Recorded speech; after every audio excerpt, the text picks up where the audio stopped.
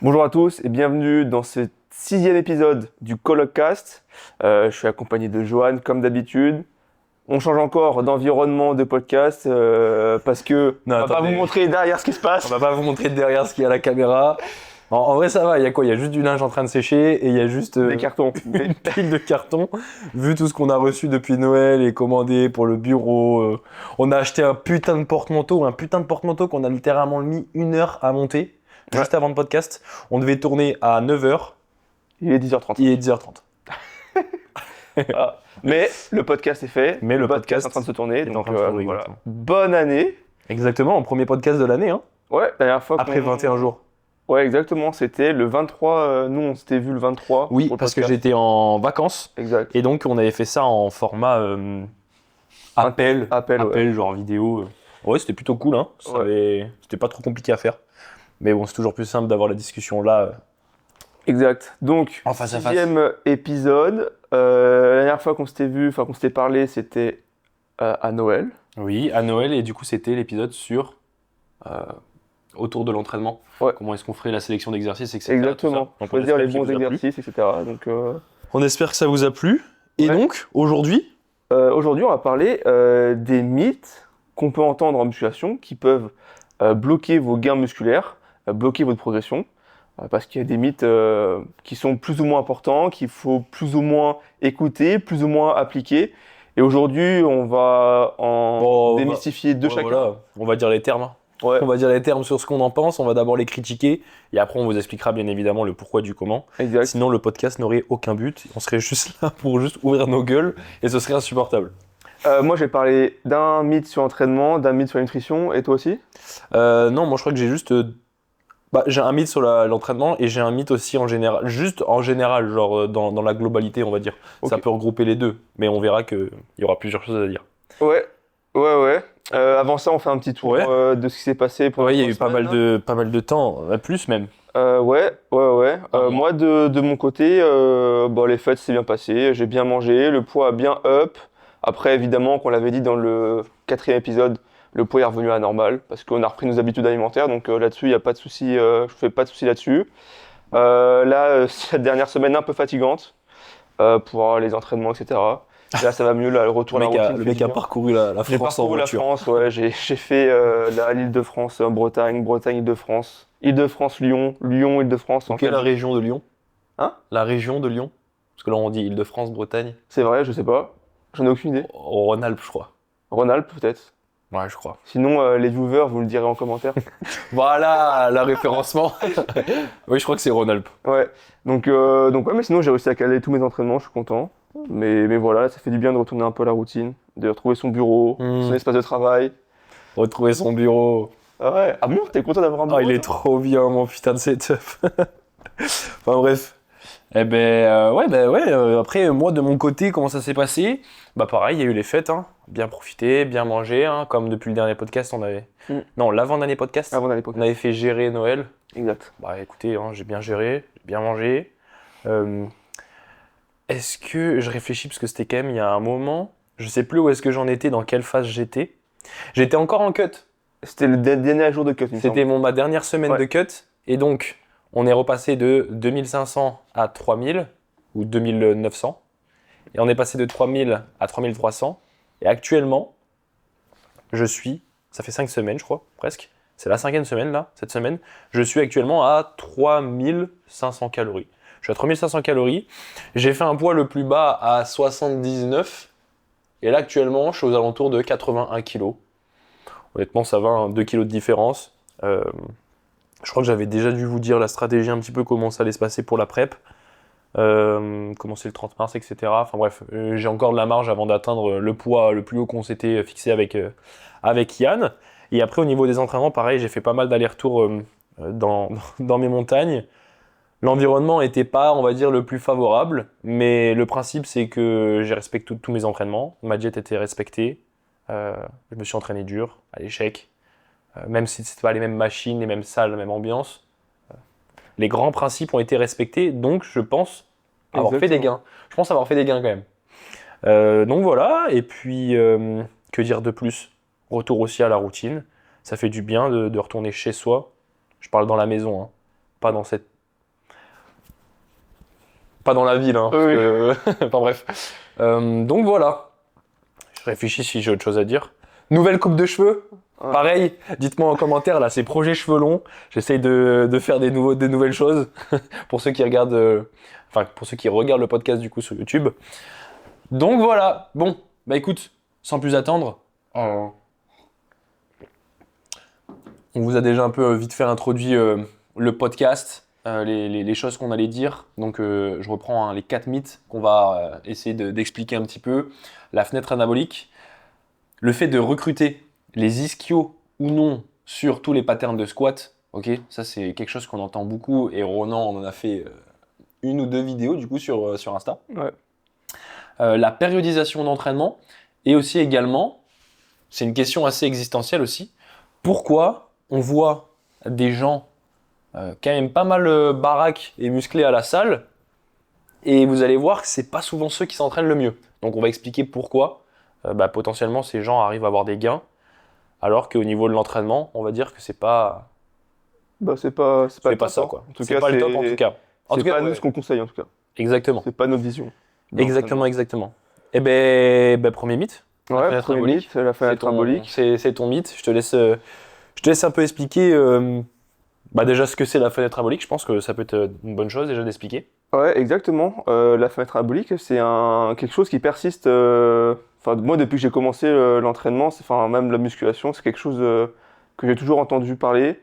La fenêtre anabolique, c'est quoi? C'est un moment précis après l'entraînement où il faudrait consommer son repas après l'entraînement, que ce soit des protéines, des glucides, pour maximiser la prise de muscle. Et je pense que si vous avez commencé la musculation, vous avez entendu que la fenêtre anabolique devait durait 30 à 45 minutes. Sinon, si on ne mangeait pas dans cet espace assez restreint de temps, on allait perdre tous nos gains. Donc c'est quelque chose, moi, à mes débuts, où je mettais pas mal une grosse fixette dessus, directement après l'entraînement. Ah, ça crée un stress, hein. Ah, vraiment, hein. Oh, j'ai fini la séance. Oh, mon shaker.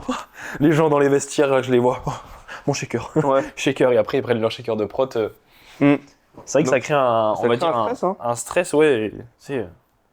Ouais, ça, c'est plutôt, du coup, c'est un timing, c'est un moment précis à prendre son repas après l'entraînement. Et souvent, c'est largement exagéré, hein. Maintenant, on sait que la fenêtre anabolique, ça dépend en tout cas du contexte de la personne. Alors, de la personne en fonction du niveau d'entraînement. Alors, du niveau d'entraînement, on a déjà parlé, il me semble, dans le podcast numéro 4, ou le dernier podcast, je sais plus. Comment on se considère avancé, expert ou débutant. Je sais plus, mais c'est dans les podcasts précédents. En tout cas, c'est si vous débutez la musculation, la salle de sport, vous avez une fenêtre anabolique, c'est-à-dire qu'un moment qui va durer entre 48 heures à 72 heures, où votre corps va être très sensible aux nutriments que vous allez lui apporter. Et donc pour pouvoir construire du muscle. D'accord ? Et plus vous êtes avancé, plus ce moment va être restreint dans le temps. Donc voilà, 24 heures, 48 heures grand maximum pour les personnes avancées. Les personnes avancées, c'est des gens qui font de la musculation depuis 10 ans, évidemment, qui ont pris beaucoup de masse musculaire. Parce que je le répète, être avancé, ça ne veut pas dire qu'on est expert dans la matière. On peut avoir fait 10 ans de salle et pas avoir progressé aussi rapidement que quelqu'un qui a fait 2 ans de salle, bien accompagné et qui a atteint un bon niveau physique. Donc voilà, faire attention à ça. Donc oui, la fenêtre anabolique, c'est un mythe. Et d'où vient un petit peu ce mythe? C'est sur des anciennes études scientifiques où ce qui est fait, c'est que c'est des études qui ont été faites sur des personnes qui s'entraînaient à jeun. Et donc, oui, forcément, là, ça influe un peu plus. Voilà, donc et surtout, de coup, c'est des protocoles qui sont assez peu représentatifs de la vie en général. Souvent, on s'entraîne pas à jeun, donc on a suffisamment de protéines dans le corps, suffisamment de nutriments pour pouvoir construire de la masse musculaire directement après l'entraînement, construire de nouvelles fibres musculaires, réparer les dommages qu'on a créés pour pouvoir reconstruire de la masse musculaire. Donc voilà là-dessus. Honnêtement, en vrai, commencez pas du coup, comme on le disait au début, à vous stresser au niveau de cette fenêtre anabolique. Hein, juste garder les grands principes. Mangez une source de protéines sur chacun de vos repas, ok, et essayez de les espacer entre 3 à 4 heures. Voilà, si votre repas vous l'avez pris à midi, essayez de prendre votre repas post-entraînement dans les maximum 5 heures qui suivent. Ne vous stressez pas à sortir votre shaker, prenez le temps de rentrer à la maison, faites votre repas et prenez votre prise de protéines. Le plus important, c'est juste d'avoir une prise de protéines, ok ? Le timing, comme il disait Ronan, avec les années d'ancienneté, si on peut dire, c'est quelque chose qui peut être un peu plus intéressant à optimiser. Mais n'allez pas vous prendre la tête à oublier les grands principes, respectez les grands principes et tout se passera bien. Ouais, exact. Et après, du coup, il y a le. En tout cas, ne vous prenez pas la tête si vous avez consommé une source de protéines ou un repas Ouais, avant l'entraînement. Avant l'entraînement. Par contre, il y a des cas où si vous vous entraînez à jeun, c'est-à-dire que si vous vous entraînez tôt le matin et que quand vous réveillez le matin, vous n'avez pas faim, alors oui, prendre un repas directement après entraînement sera beaucoup plus important. Et aussi prendre des repas si vous entraînez 2 fois dans la journée. Par exemple, c'est assez rare chez les pratiquants de musculation, Plutôt sur les entraînements mais d'entraînement endurance, etc. endurance, ouais. Du coup, le timing des repas va être plus important parce que sur des sports d'endurance, des sports, je sais pas, d'autres sports, on a créé une déplétion en glycogène, de glucides, et donc du coup, il faut refaire ces réserves de glucides pour pouvoir être performant dans 5, 6, 8 heures après le premier entraînement. Donc là, le timing et du coup, cette fameuse fenêtre anabolique va être un peu plus importante et cruciale là-dessus. Mais pareil, du coup, voilà, hein, ça dépend du type de personne. Contexte. Ça dépend du contexte. Exactement. Ouais. Juste une question, on parle de fenêtre anabolique, mais en fait, concrètement, c'est quoi de créer de l'anabolisme, genre?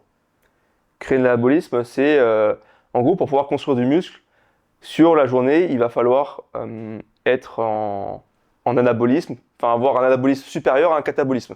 Catabolisme, on va dire perdre de la masse musculaire, ok, et Oui, si on dit ça en gros, oui. voilà, et anabolisme, on va pouvoir en construire. Et nous, ce qu'on veut, c'est avoir un bilan protéique, c'est-à-dire avoir suffisamment de protéines pour pouvoir construire du muscle.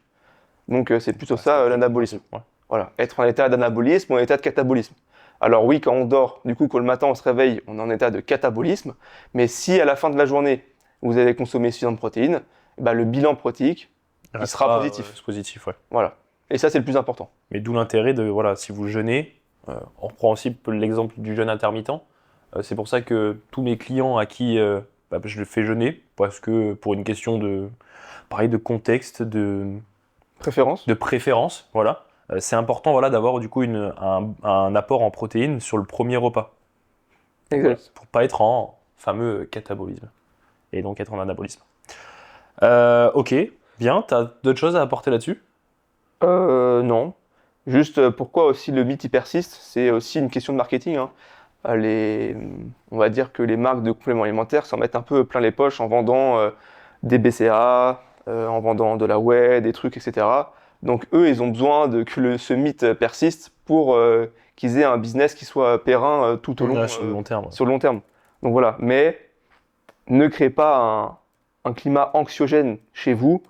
Voilà, si vous avez consommé un repas avant l'entraînement, prenez vos temps, rentrez chez vous, prenez votre douche, sentez bon, et après consommez. Sentez bon. Et après, voilà, consommez votre repas après l'entraînement. Très bien. Mythe numéro 2. Je regarde si j'ai rien T'as autre chose oublié. à dire, ouais. Je regarde mes notes. Non, on a déjà parlé dans des podcasts précédents, mais ce qui compte aussi, c'est pas le repas après entraînement, on va dire, c'est avoir suffisamment de nutriments après l'entraînement. Donc voilà, ne pas compter uniquement sur le repas post-entraînement, mais dire que les repas les plus importants sont les 3 à 5 repas après l'entraînement qui sont les plus importants, ou faire plus attention à son apport en protéines, etc. pour toujours rester en anabolisme et avoir toujours ce pic de synthèse de nouvelles protéines musculaires. Donc voilà. Très bien. Qu'est-ce que je voulais dire là-dessus? Et du coup, c'est pas du tout, on va pas parler là je parle pas du tout de la fenêtre anabolique, mais il y a certains contextes où manger directement après entraînement va être quand même important. Par exemple, un bodybuilder qui pèse 130 kg, qui doit consommer 5000-6000 calories, alors là, oui, il aura besoin que son timing soit très précis pour pouvoir ingurgiter toutes ces calories sur tout au long de la journée. Donc là, oui, il aura besoin de manger son repas juste après l'entraînement. Histoire Et de timing deux- avec le reste, ouais. Voilà, et peut-être 2 à 3 heures après l'entraînement. Donc, Encore une fois, ça dépend du contexte. exactement. Et si votre coach il est bon ou si vous-même vous êtes coach, c'est à lui de s'adapter là-dessus et pas l'inverse. Voilà, donc pas de stress. Il y a point. La fenêtre anabolique, ça dure pas 45 minutes, elle dure très longtemps et ça ira très bien. Donc voilà, pas de T'inquiète. stress là-dessus. T'inquiète pas, ça va bien se passer. T'inquiète pas, ça va bien se passer. T'inquiète pas, ça va bien se passer. Ok. Mythe 2. Tu fais? Ouais. Vas-y, c'est lequel? Recruter les ischios sur le pattern de squat. Oui. Ok. Ouais. Il y a eu un sacré coup de gueule là, de la part de Ronan. Parce que il en a trop Oui. marre. Mais oui, il en a trop marre de voir les influenceurs là de merde expliquer que Un si... influenceur ChatGPT. Hein. Oui, on le dit bien. ChatGPT, ouais. Bah oui, justement. Parce que même ChatGPT, il le sait pas, ce mongol. Et donc ouais, pour remettre le contexte, l'histoire du pourquoi, du comment, Ronan, il m'a envoyé un message, bon, pas à moi, mais on a un groupe avec des collègues, où c'est un gars qui dit quoi? Il faisait quoi à la presse? Selon comment tu mets tes pieds, tu vas La plutôt position de tes recruter, pieds, les quadriceps, Ou les fessiers, bah, les fessiers. Du coup, il a raison là-dessus. Oui, en là, ça fonction c'est de la ça, on le flexion sait. de genou ou la flexion de hanche. Très bien. Et Mais il a après, dit une petite, fessier et ischio. Et et moi, ischio. ça m'a chatouillé l'oreille. Je me suis dit, ah, c'est pas possible. Comment il faut ça, que- mon ref, les ischios? J'ai dit, ah, il faut en faire un réel là. Donc j'ai envoyé, je lui ai dit, bon, il va passer à la casserole celui-là. Donc ouais, souvent on dit que selon comment on place du coup les pieds sur la presse, ça va influencer sur le recrutement de certains muscles. Et ça c'est totalement vrai. Mais sauf pour les ischios, on va dire. Comme il disait tout à l'heure là, Ronan, enfin le gars l'a dit, plus vous mettez vos pieds bas sur le plateau à la presse, plus vous allez maximiser votre flexion de genou et donc recruter vos quadriceps en priorité. Plus vous mettez vos pieds hauts sur le plateau, plus vous allez avoir de flexion de hanche et donc vous allez recruter davantage les fessiers et uniquement les fessiers. Donc pas les ischios. Ouais. Pourquoi pas les ischios? Que permet de faire les ischios sa fonction déjà biomécanique? Les ischios, ce qu'il faut savoir, c'est que c'est un muscle qui est biarticulaire. En tout cas, il y a 3 chefs qui sont biarticulaires. Ce qui permet de se dire qu'il s'attache au niveau de la hanche et au niveau du Du genou. genou, ouais. Lorsque la hanche est fixe, ils permettent de faire une flexion de genou, donc rapprocher Oui. le talon à la fesse, À la fesse. d'accord? Et Les quand curls par exemple. Voilà, la curl, exactement. Ou quand le genou est fixe, ils permettent de faire une extension de hanche, de vouloir voilà, amener les fesses vers l'avant, quand on fait un RDL par exemple. Ça, c'est la partie un petit peu anatomie, un peu Anatomie, ouais, biomécanique. biomécanique, maintenant. En tout cas, c'est les principales fonctions des ischio-jambiers. Mais là, ils vont nous dire, c'est exactement ce qui se produit sur un squat. Ou sur un squat ou sur un mouvement de presse. Ou plutôt sur un squat, on va dire. Le fait d'avoir une flexion de hanche, Ouais. le fait d'avoir une flexion des genoux en simultané, et à la remontée, bon, extension de hanche et extension de genoux. Exact. Mais le résultat, c'est que la longueur des ischios, en fait, sur ce genre de mouvement, elle varie très peu. Bah, il n'y en a Donc, pas du tout en fait. Voire ouais, presque pas. En fait, ça va dépendre surtout de la technique du squat. Oui. Aussi. Et par exemple aussi de si tu squattes en low bar ou si tu squattes en... Ouais. Enfin bref, ça c'est un peu plus précis. Mais donc, on a une tension mécanique très faible du coup sur les ischios, voire même nulle. Et donc, je le rappelle, un muscle qui ne s'allonge pas sous sa charge ou qui ne se raccourcit pas, c'est un recrutement très limité. Exact. Ouais, parce que quand on descend sur un squat, on a une flexion de hanche. D'accord? Donc, au moment de la hanche, l'ischio va s'étirer.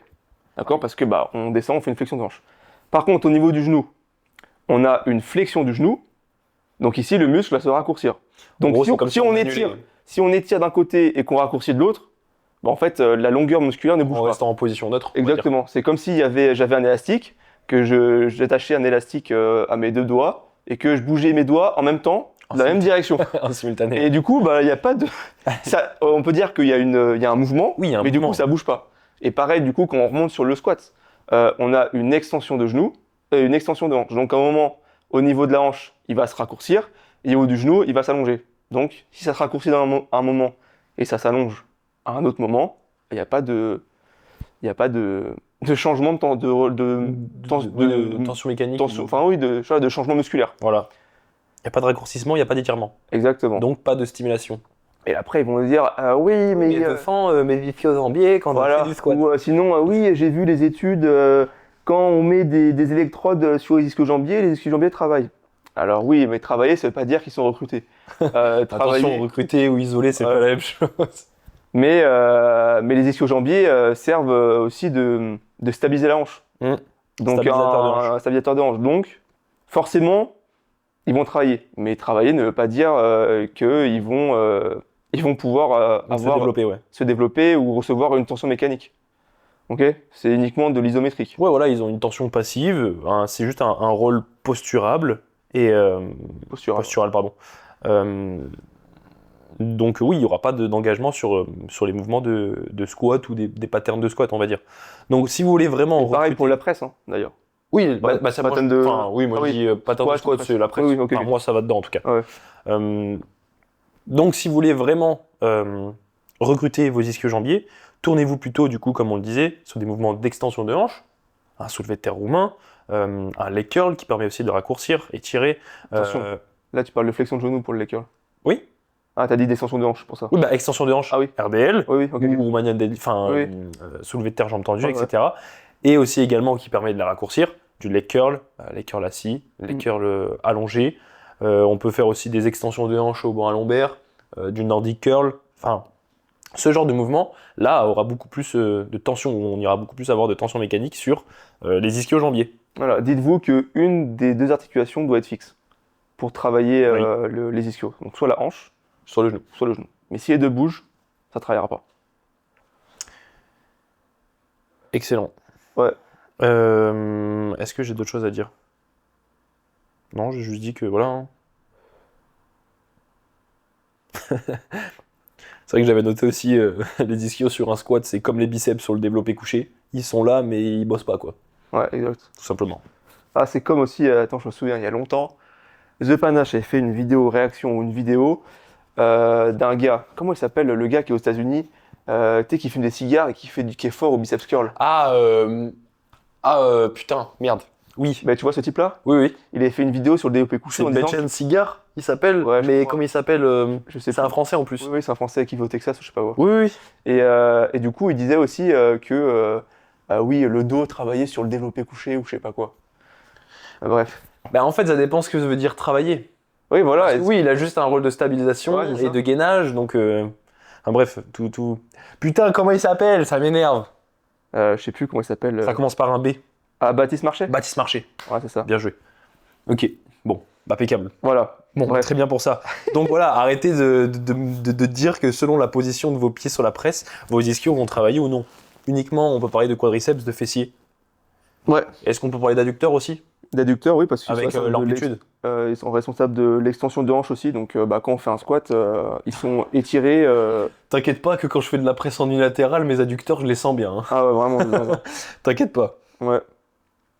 Donc voilà, et souvent, si vous sentez, on va dire, vos ischios sur la presse ou sur vos squats, souvent c'est un des chefs des adducteurs. Je crois qu'on l'appelle aussi qui sont peut-être le 5e ischio ou un truc comme ça. Parce qu'on peut sentir parce qu'ils sont responsables, ils s'insèrent derrière. Ah, c'est le... Je sais plus lequel c'est. Attends. Petit, moyen, grand. Gracile peut-être. Gracile ou pectiné. Moi je sais plus lequel c'est, mais c'est... je crois que j'ai déjà entendu ça parler du 5e C'est vrai que je crois que quand t'es vraiment sec, je crois que tu peux faire la différence. On dirait un ischio, mais c'est ton adducteur. Ouais, c'est ça. Alors, il est vraiment ici, là. Donc voilà, si vous sentez, c'est vos adducteurs. Potentiellement les adducteurs. Ouais. Ça vous fera pas de mal d'avoir un peu plus d'adducteurs. Ouais, faites vos adducteurs. Hein. Tu fais des adducteurs, toi? Ah oui, j'en ai une fois en premier et une fois en dernier dans la séance. Et tu fais tes mollets, toi? Pas du tout, toi aussi. Moi non plus. Ça tombe bien. Bon, en parlant d'entraînement, la périodisation de l'entraînement, c'est le mythe 3. Ouais, mythe numéro 3, périodisation d'entraînement. Faire des cycles de force, des cycles d'endurance. Putain, je l'ai tellement fait ça. Et des cycles d'hypertrophie. Merci BPGEPS, merci Stap. Sale merde. Alors, ça peut avoir... Je m'auto-insulte. Ouais. Insulte-toi. On va dire que la périodisation, initialement, ça vient des sports de performance. Ouais. Haltérophilie, athlétisme, sport de compétition, etc. Oui, j'allais dire SBD, enfin power. Oui, le Comment on appelle ça powerlifting. Powerlifting.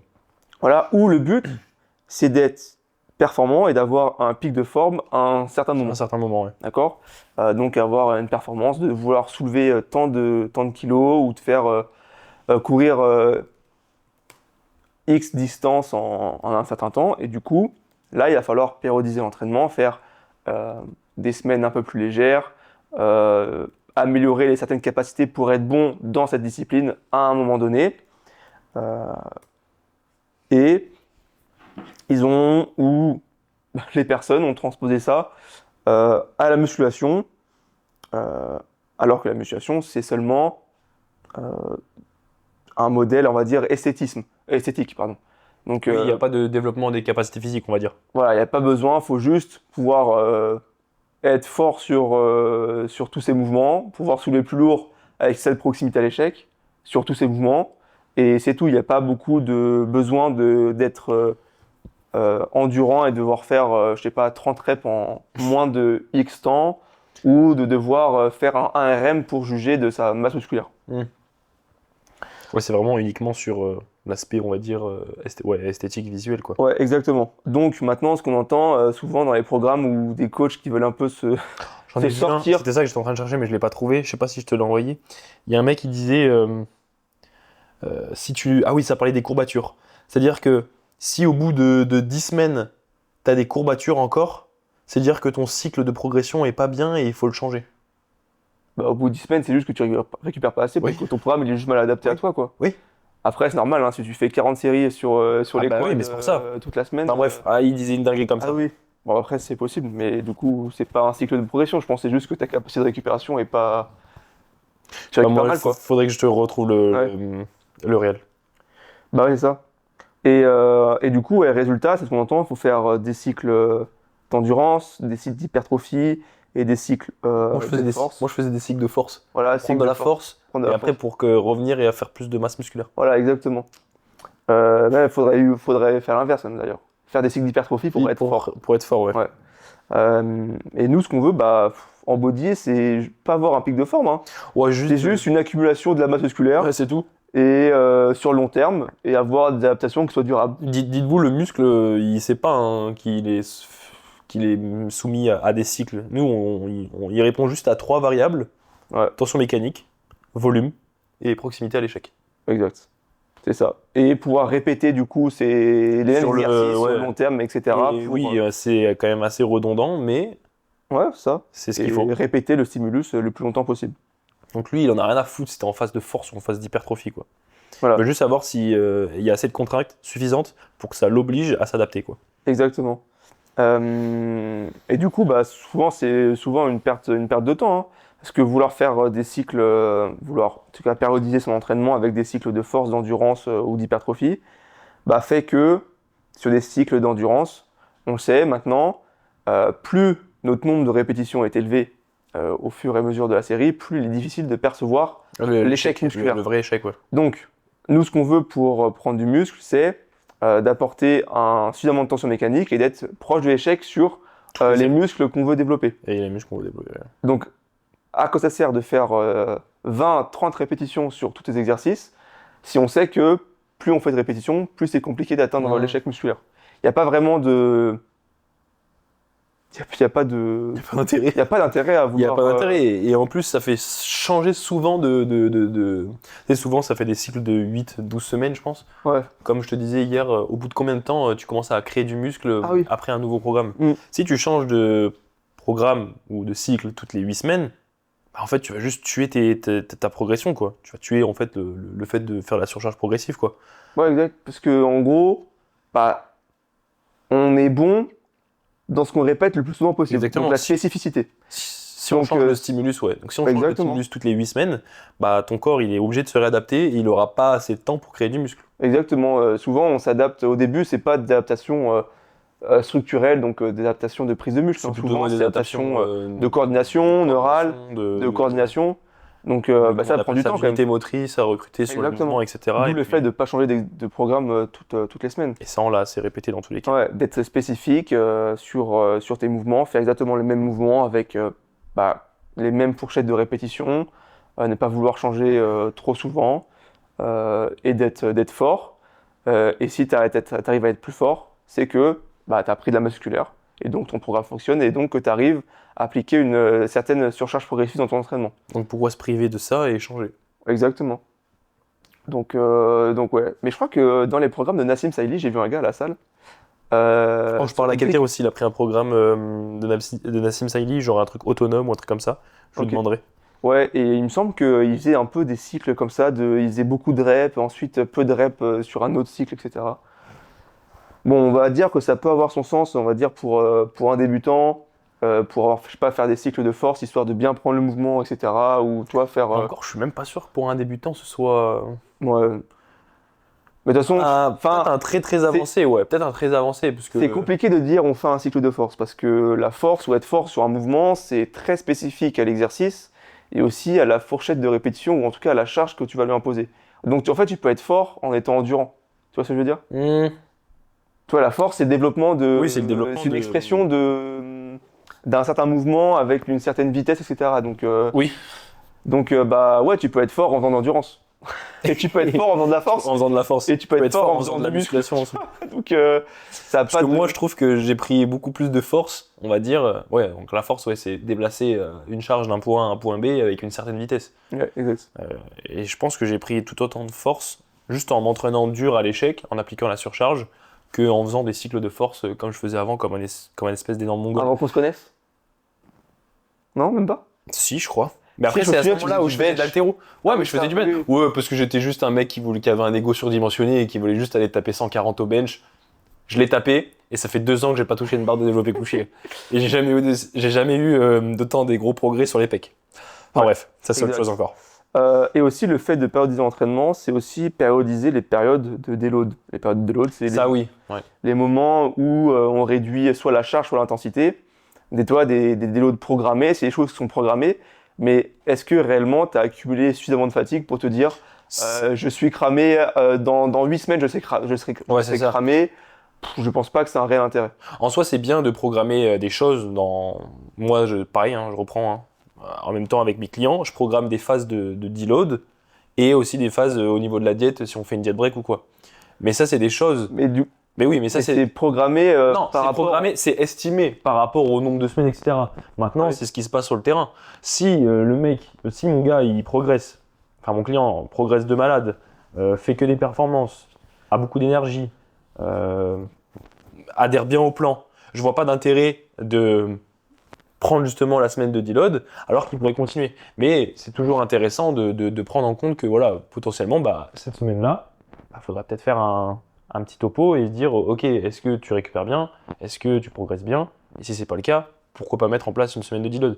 Mais ça c'est pareil, c'est tout le temps amené à changer et c'est juste des choses à mettre en place, mais il faut toujours partir du principe que c'est des choses qui sont amenées à changer. Ouais, exact. Après, souvent, on voit que si je dois planifier des déloads, c'est en fonction des emplois du temps de mes clients. Oui, des clients. Ouais. Du coup, s'ils me disent, là, je vais partir en vacances, j'ai être impossible pour moi de m'entraîner. Ah oui, c'est clair. Moi, je le Et mets sur la du coup, timeline. ce que je fais, c'est que je lui dis, ok, pendant 2 semaines là, avant ton déload, Tu on vas va t'entraîner augmenter de zinzin, on va augmenter le volume. Ouais. On va normalement, on s'entraîne très dur, donc ça devrait le faire. Mais juste, on va créer un maximum de fatigue. Voilà, on va créer le maximum de fatigue pour qu'il puisse être très fatigué et après se reposer au déload. Après, pouvoir repartir ensuite. Mais dites-vous que si vous planifiez des déloads ou si vous entraînez moins dur, un muscle qui n'est pas stimulé, c'est un muscle où on va perdre de la masse musculaire. En tout cas, on va perdre des adaptations. Donc, voilà, ne dites pas.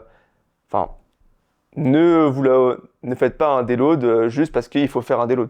Ouais, voilà. Mettez-vous bien en tête qu'un muscle qui n'est pas stimulé, on va potentiellement pouvoir perdre de la masse musculaire dessus. Donc, faites en sorte de pouvoir bien le stimuler tout au long de l'année, avec peut-être des moments où il faudra faire un peu moins de volume, mais toujours garder cette intensité suffisante. D'où le faire de faire des dévolumes des fois aussi, non pas faire des déloads. On pourra en parler dans un autre podcast sinon. Ouais. Ouais, ça me fait un sujet là qu'il faudrait qu'on note sur comment s'entraîner quand on est malade ou tu sais, genre Ouais. quand on est fatigué, etc. Exact. Donc voilà sur la petite partie sur le déload. Du coup, ne planifiez peut-être pas vos déloads, mais réagissez plutôt, voilà. Il y a déload réactif et déload proactif. Proactif, c'est que vous planifiez un déload, et déload réactif, vous faites en réaction en fonction de ce que vous voyez à l'entraînement, sur le moment T, sur le moment donné, quoi. Donc, est-ce qu'en ce moment, vous avez beaucoup de fatigue? Est-ce que vous n'arrivez pas à augmenter vos charges, vos nombres de répétitions, etc.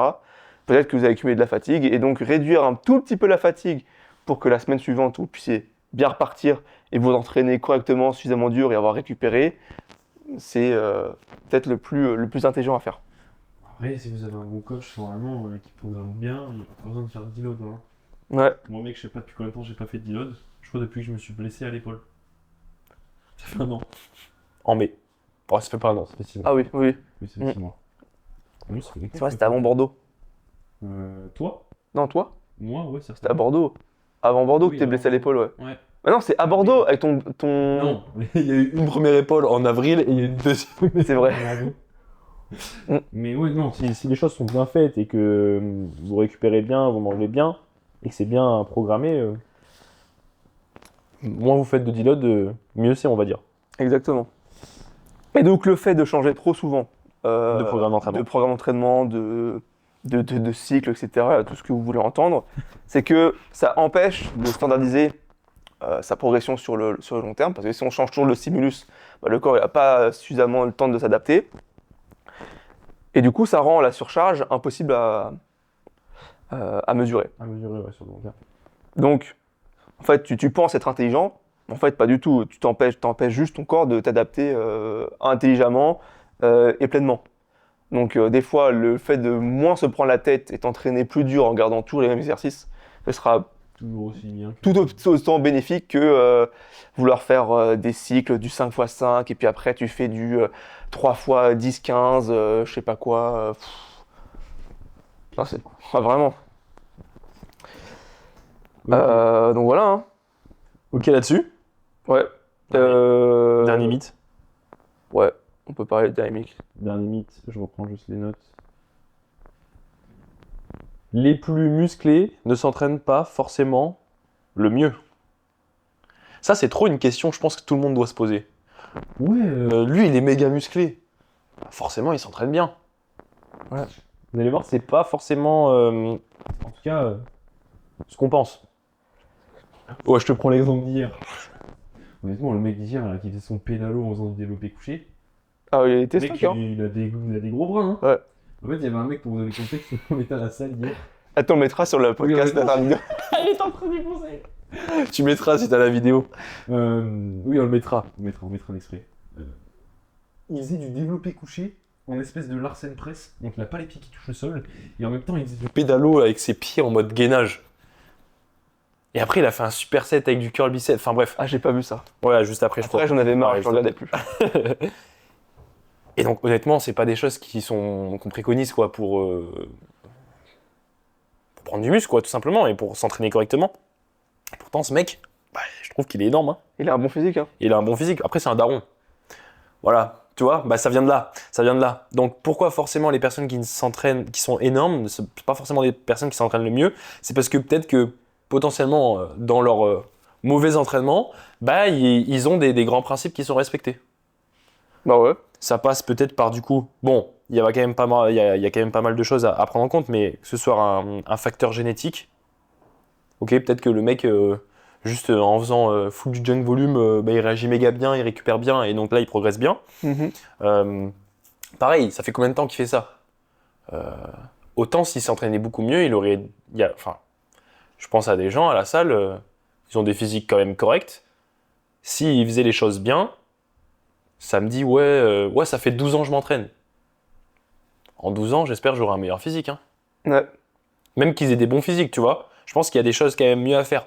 Que ce soit les facteurs qui soient respectés, que ce soit du coup la tension mécanique. Forcément, s'ils font du volume de zinzin et qu'ils font des 20 séries 20 ou 30 séries par groupe musculaire dans la semaine, bah forcément, au bout d'un moment, ton muscle est obligé de s'adapter, ok? Même s'il n'y a pas les grands principes qui sont appliqués sur la surcharge progressive ou autre.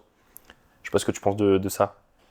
Bah oui, hein. S'ils font ça, ça fait depuis 20 ans qu'ils font 20 à 30 séries sur chaque groupe musculaire, donc forcément, à la fin, ils vont avoir un bon physique.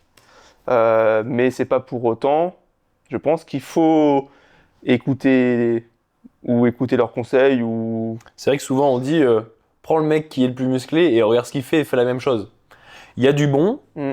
mais il y a du mauvais aussi, je pense, là-dedans. Le bon dans ce qu'ils font, c'est que ils ont été constants ils sont constants. C'est-à-dire que bah ils kiffent ce qu'ils font, ils adhèrent à leur programme d'entraînement et ils font ça depuis 20 ans.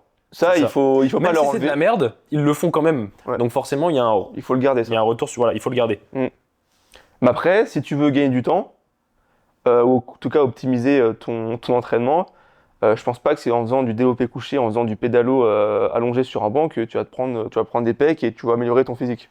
Je pense. Voilà. Euh,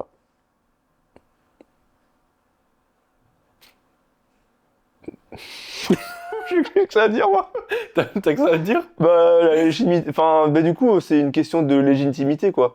Est-ce que quelqu'un qui est moins musclé que quelqu'un d'autre, mais qui fait de la merde, est-ce que on se sent légitime de pouvoir donner des conseils? Non, c'est ça qui fait chier en fait. Enfin, moi, j'ai eu un appel il y a 2 jours avec une potentielle cliente et elle me disait, moi, je vois des filles à la salle, elles font n'importe quoi, mais j'ai peur de leur dire, ah, tu devrais peut-être faire ça, faire ça. Bah oui, après, c'est que tu te sens pas Est-ce légitime. que tu te sens légitime ou pas? Mais c'est ça, après, c'est la personne que t'as en face de toi. Moi, il y a des fois, les gens, je les laisse dans la merde. Hein. Ouais. Ouais. Non, parce Mais que, il y a des gens, par contre, j'ai aucun scrupule à aller justement les SD. bah, parce que Bah, ils ont une attends, bonne- j'étais à la salle à Basic Fit et j'ai repris un mec Oui. sur son fly et je lui ai expliqué le pourquoi du comment, etc. Il s'est grave intéressé, on a discuté. Il est rentré dans mon accompagnement. Ouais. Parce qu'il a vu que, bah, bon, je vais pas dire que je suis pas musclé, mais bon, un minimum, tu vois. Mais parce qu'il a vu que ce que je disais, ça avait du sens et c'était sensé, quoi. Tu vois. Exact. Mais aussi, on peut parler aussi de quelque chose. C'est peut-être que c'est le genre de personnes. Après, on va pas parler, mais ça se trouve, ils sont dopés. Hein. Ah, exactement ce que j'allais dire. C'est peut-être des gens qui prennent des produits. Ça, on sait pas. Hein. J'enlève rien à ça, tu vois. C'est sûr que oui, si tu t'entraînes pas et que tu prends juste des produits, honnêtement. Enfin bref, on va pas rentrer dans les choses. Pareil, ça pourrait être un podcast, hein, parler des personnes chargées, même si c'est pas non plus notre domaine de prédilection et que sur la chimie, désolé, mais je m'y connais pas trop. Ouais. Enfin, il y a des gens qui pensent que je me charge encore hier. Hein. Tu te rappelles Les les vieux, vieux à la les salle deux là Ouais. Il m'a dit. Ouais. Allez, une petite. Ouais, une petite, hein. Naturelle. Ouais, Oh. tu prends des produits, hein. Ah, ouais, naturelle. Oui. Oui. Enfin bref, donc ouais, hein, tu prends des produits, récupération accélérée, t'es beaucoup plus tolérant qu'une personne naturelle au niveau du volume, plus de tension, enfin bref, il y a tellement de facteurs à prendre en compte. Donc ne regardez pas uniquement ce que la personne fait sur l'instant T plutôt, mais plutôt ce qu'elle a répété sur le long terme. Comme Ouais. disait Ronan, elle adhère à son programme. En fait, c'est juste qu'il y a les grandes bases qui sont respectées dans leur globalité. Donc, c'est ça qui explique le pourquoi du comment, entre guillemets. Bah oui. Ouais, c'est ça. Et puis, non, sinon, enfin, je sais pas trop, c'est un rapport avec un peu ce thème-là du mythe, là, mais souvent, tu sais, on a tendance à se rapprocher des personnes, tu sais, qui nous ressemblent un petit peu. Donc, souvent, les personnes qui demandent conseil à des gens qui font n'importe quoi, c'est ces mêmes personnes qui font exactement n'importe Oui, quoi, qui tu vois. font exactement n'importe quoi. Si il y a quelqu'un qui, à moitié, enfin, qui est suffisamment intelligent pour dire, ok, cet exercice-là, il est pas top, ce gars-là, et ce qu'il fait, c'est pas top, j'ai pas demandé conseil, mais je vois un gars qui est peut-être un peu moins musclé, mais qui fait Et qui a une bonne s'entraîne exécution, dur, qui s'entraîne ouais, dur, c'est ça, ouais. bah, j'aurais plus tendance à aller Aller vers cette personne-là. personne-là, ouais. Donc, C'est je vrai. pense que bah, tu sais, ça crée un aimant, et les personnes connes elles vont vers les personnes connes, et les personnes intelligentes vont vers les personnes intelligentes. Je pense que c'est ça. Ce qui se ressemble, ça Ça semble. semble, exactement. Mais je pense que c'est ça, hein. Non, mais c'est vrai, hein, parce que moi, tous les gens, enfin, que ce soit moi ou que les gens viennent vers moi, C'est tu des vois gens quand qui ont quelqu'un soif il s'entraîne. Et ils ont soif à peu près d'apprendre bien. aussi, tu vois. Tu vois quand quelqu'un s'entraîne à peu près bien. Tu vois sur l'exécution, tu vois sur ce qu'il fait, la façon des exercices, le tempo, les choses comme ça. Donc c'est vrai que tu as plus de facilité à aller voir ce genre de personnes que plutôt aller voir un énorme mongol. Tu vas lui dire, en fait, j'ai pas envie de perdre mon temps. Vas-y, le temps c'est de l'argent. Moi je perds pas mon temps à aller vers des gens, je sais pertinemment qu'ils vont me dire, ouais, va te faire enculer. Tu vois, ils disent ça, genre ils te le disent pas, mais ouais, va te faire enculer. Genre, j'ai pas envie de. Je suis pas, j'ai pas la science infuse, mais j'ai pas envie de donner mon savoir à n'importe qui et surtout comment il va l'utiliser, tu vois. Exact. C'est surtout ça. Mais après, je serais le premier à aller vers quelqu'un qui est en PLS et qui... Ah, qui se met en danger, par contre. oui, et qui se met en danger aussi. Même qui va me dire, ouais, va te faire enculer, il faut qu'elle allait, voilà. Vas-y, on est des bonnes personnes, on fait des choses correctement. Donc voilà là-dessus. Donc voilà, un physique impressionnant, c'est pas forcément quelqu'un qui a une bonne méthode d'entraînement, on va dire. Ouais. Ouais, c'est ça. Hein. Puis voilà là-dessus. Mais voilà, n'oubliez pas que tous les chemins mènent à Rome, donc Facile. que vous fassiez X méthodes, je sais pas, mais tant que vous respectez les principes. Tant que vous respectez les principes et que vous Il y a adhérez peut-être des chemins qui seront plus avec des embûches, mais vous allez toujours au même endroit, mais pas au même moment. Mais peut-être pas au même moment, alors là, ça. Et c'est là qu'on intervient. C'est là qu'on intervient. Notre but, il est là tout simplement, comme il disait Ronan, tous les chemins mènent à Rome. Mais quel est le chemin qui vous convient et quel est le chemin le plus rapide? Et c'est là notre intérêt à nous, de vous faire avancer dans vos objectifs le plus rapidement possible. On est passé par ces erreurs-là. Hein. Tu l'expliquais, je l'expliquais, hein, les cycles de force, machin, etc. On l'a fait parce que bah voilà, c'était comme ça avant et on a voulu faire notre propre expérience. On a vu que ça marchait pas. Maintenant, on sait ce qui marche. Et du coup, notre intérêt à nous, c'est de l'appliquer à vous pour éviter de vous faire perdre du temps. Vous éduquer sur l'entraînement, vous éduquer sur la nutrition et vous accompagner tout au long de ce processus pour qu'il soit le plus agréable possible. Exact. Et éviter que vous remettiez en cause à chaque fois sur toutes vos actions que vous faites dans la vie. Ça, c'est insupportable. Je faisais que me dire, putain. Je me rappelle, hein, vraiment, hein, avant, c'était vraiment la quête à, ok, c'est quoi le vrai truc pour prendre du muscle? Je me disais, genre, je le trouverai jamais de ma vie, j'aurais beau essayer de plein de choses. Je me souviens. Hein. Ah ouais, non, moi je me souviens, c'était il y a pas si longtemps que ça, hein, à vrai dire, pour moi, hein, aussi. Hein, parce que j'ai un peu moins d'années de pratique que toi. Quand t'es connu un petit peu, enfin, tu sais, qu'on a commencé à parler et tout ça. Ouais, c'était un peu aussi la question aussi. Moi, j'étais un peu aussi dans cette question-là de, ok, c'est quoi vraiment la chose qui va me faire prendre du muscle, genre. Ouais. Et maintenant que j'ai le process, c'est trop simple. Non, je vais pas dire que c'est trop simple, mais c'est plus facile. Le processus est simple, mais le mettre en place, voilà. et accepter que ça va être long, et c'est plus dur. je stresse moins aussi.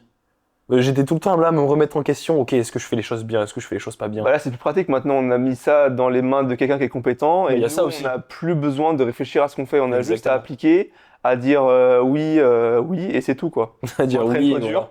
Ouais, entraîne-toi dur, mange correctement, enfin, suis le plan, quoi. C'est ça. Et d'où l'intérêt aussi de se faire suivre. Parce que même qu'on ait les connaissances, qu'on ait les compétences là-dessus, on a tout intérêt à donner à quelqu'un.